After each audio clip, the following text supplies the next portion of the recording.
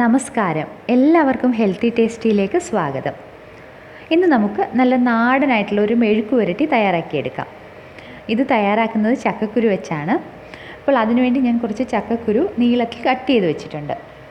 ഈ ചക്കക്കുരു എടുക്കുന്ന സമയത്ത് അതിൻ്റെ പുറമേയുള്ളൊരു ബ്രൗൺ സ്കിന്നില്ല, അത് കളയേണ്ട ആവശ്യമില്ല. കാരണം ഇപ്പോൾ പല പഠനങ്ങളിലും പറയുന്നത് ചക്കക്കുരുവിൻ്റെ ഈ പുറമേയുള്ള ആ തൊലിക്ക് ഏറ്റവും ഗുണമുള്ളതാണ്, അതുകൊണ്ട് അത് കളയരുതെന്നാണ് പറയുന്നത്. അതുകൊണ്ട് അതുകൂടി ചേർത്താണ് ഞാൻ എടുത്തിരിക്കുന്നത്. നീളത്തിൽ കട്ട് ചെയ്ത് വെച്ചിട്ടുണ്ട്.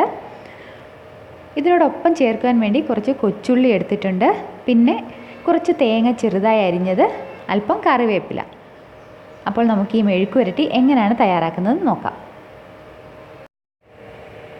ചക്കക്കുരു അരിഞ്ഞെടുത്തതിന് ശേഷം നന്നായിട്ട് കഴുകിയെടുക്കണം.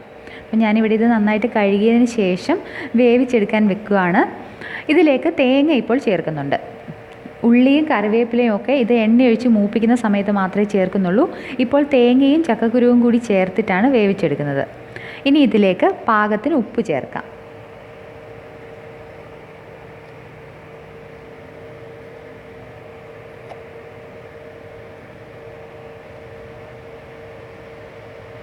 ഇനി ഒരല്പം മഞ്ഞൾപ്പൊടി ചേർക്കാം.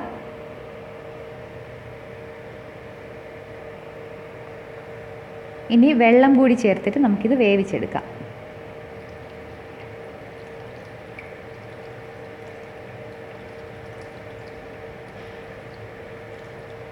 ഇത്രത്തോളം മതിയാകും. അതിനുശേഷം അടച്ചു വെച്ച് നമുക്കിത് വേവിച്ചെടുക്കാം. ഈ ചക്കക്കുരു വേവിക്കുന്ന സമയത്ത് അത് ഒത്തിരി വെന്ത് കുഴഞ്ഞു പോകരുത്. അങ്ങനെ വന്നു കഴിഞ്ഞാൽ മെഴുക്കുവരട്ടി വെക്കുന്ന സമയത്ത് അത് കാണാനൊരു ഭംഗി ഉണ്ടാകത്തില്ല, അതുപോലെ കുഴഞ്ഞിരിക്കും. അതുകൊണ്ട് ഇത് ഒത്തിരി വേവണ്ട. കയ്യിലെടുത്തൊന്ന് അമർത്തി നോക്കുന്ന സമയത്ത് ഉടഞ്ഞു വരുന്ന ഒരു പാകത്തിൽ വേവിച്ചെടുത്താൽ മതി. ഇതൊന്ന് വെന്തോന്ന് നോക്കാം. ഇപ്പോൾ ഇതിൻ്റെ വെള്ളമൊക്കെ ഒന്ന് വറ്റിയിട്ടുണ്ട്.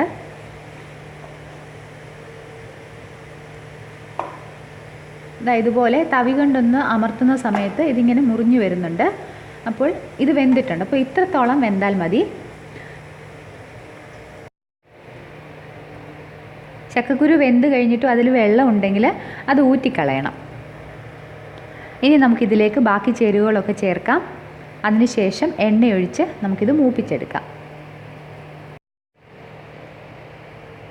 ഇത്തിരി മുളക് പൊടി ചേർക്കാം. ഇത് കാശ്മീരി മുളക് പൊടിയാണ്, വലിയ എരിവില്ലാത്ത മുളക് പൊടിയാണ്. നിങ്ങൾക്ക് വേണമെങ്കിൽ ഇതിനു പകരം വറ്റൽമുളക് ചേർക്കാം, അതല്ലെങ്കിൽ പച്ചമുളക് നെടുകെ കീറി അതും ചേർക്കാം. ഇതെല്ലാം ഒരു പ്രത്യേകതരം ടേസ്റ്റാണ്. ഇഷ്ടമുള്ളത് നിങ്ങൾക്ക് ചേർക്കാം. നന്നായിട്ട് മിക്സ് ചെയ്യാം.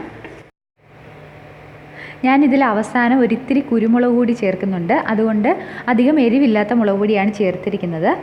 നിങ്ങൾക്ക് വേണമെങ്കിൽ കുരുമുളക് മാത്രം ചേർക്കാം, അതല്ലെങ്കിൽ ആ കുരുമുളക് ഒഴിവാക്കാം. ഒരു മസാലയുടെ ടേസ്റ്റൊക്കെ ഇഷ്ടമാണെങ്കിൽ വേണമെങ്കിൽ ഒരല്പം ഗരം മസാല ചേർക്കാം. ഇനി നമുക്കിതിലേക്ക് ഉള്ളി ചേർക്കാം. എടുത്തു വച്ചിരിക്കുന്ന കറിവേപ്പില കൂടി ചേർക്കാം.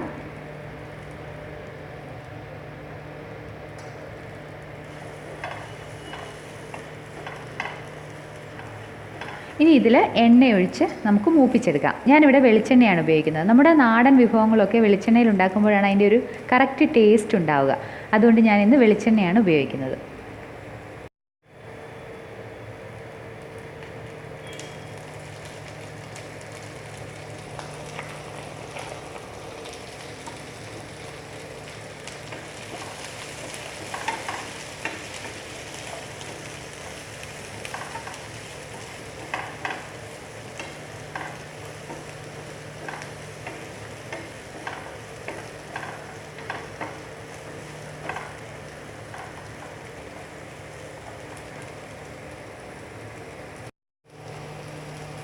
ഇനി ഒരു മീഡിയം രീതിയിൽ തീയിട്ട് കൊടുത്ത് ഇത് മൂപ്പിച്ചെടുക്കാം.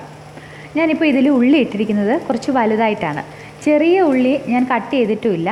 അങ്ങനെ ഇട്ടത് എന്താണെന്ന് വെച്ചാൽ ഈ ചക്കക്കുരു മൂത്ത് വരുമ്പോഴേക്ക് ചിലപ്പോൾ ഉള്ളി പെട്ടെന്ന് കരിഞ്ഞു പോകും.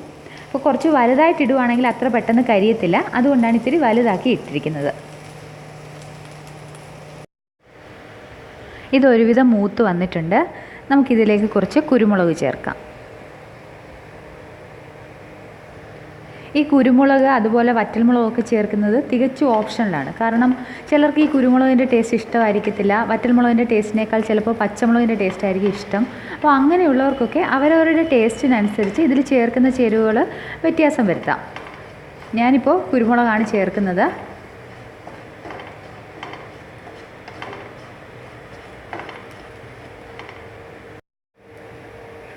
ഞാനിപ്പോൾ ഈ ഒരു പരുവത്തിലാണ് ഇത് മൂപ്പിച്ചെടുക്കുന്നത്.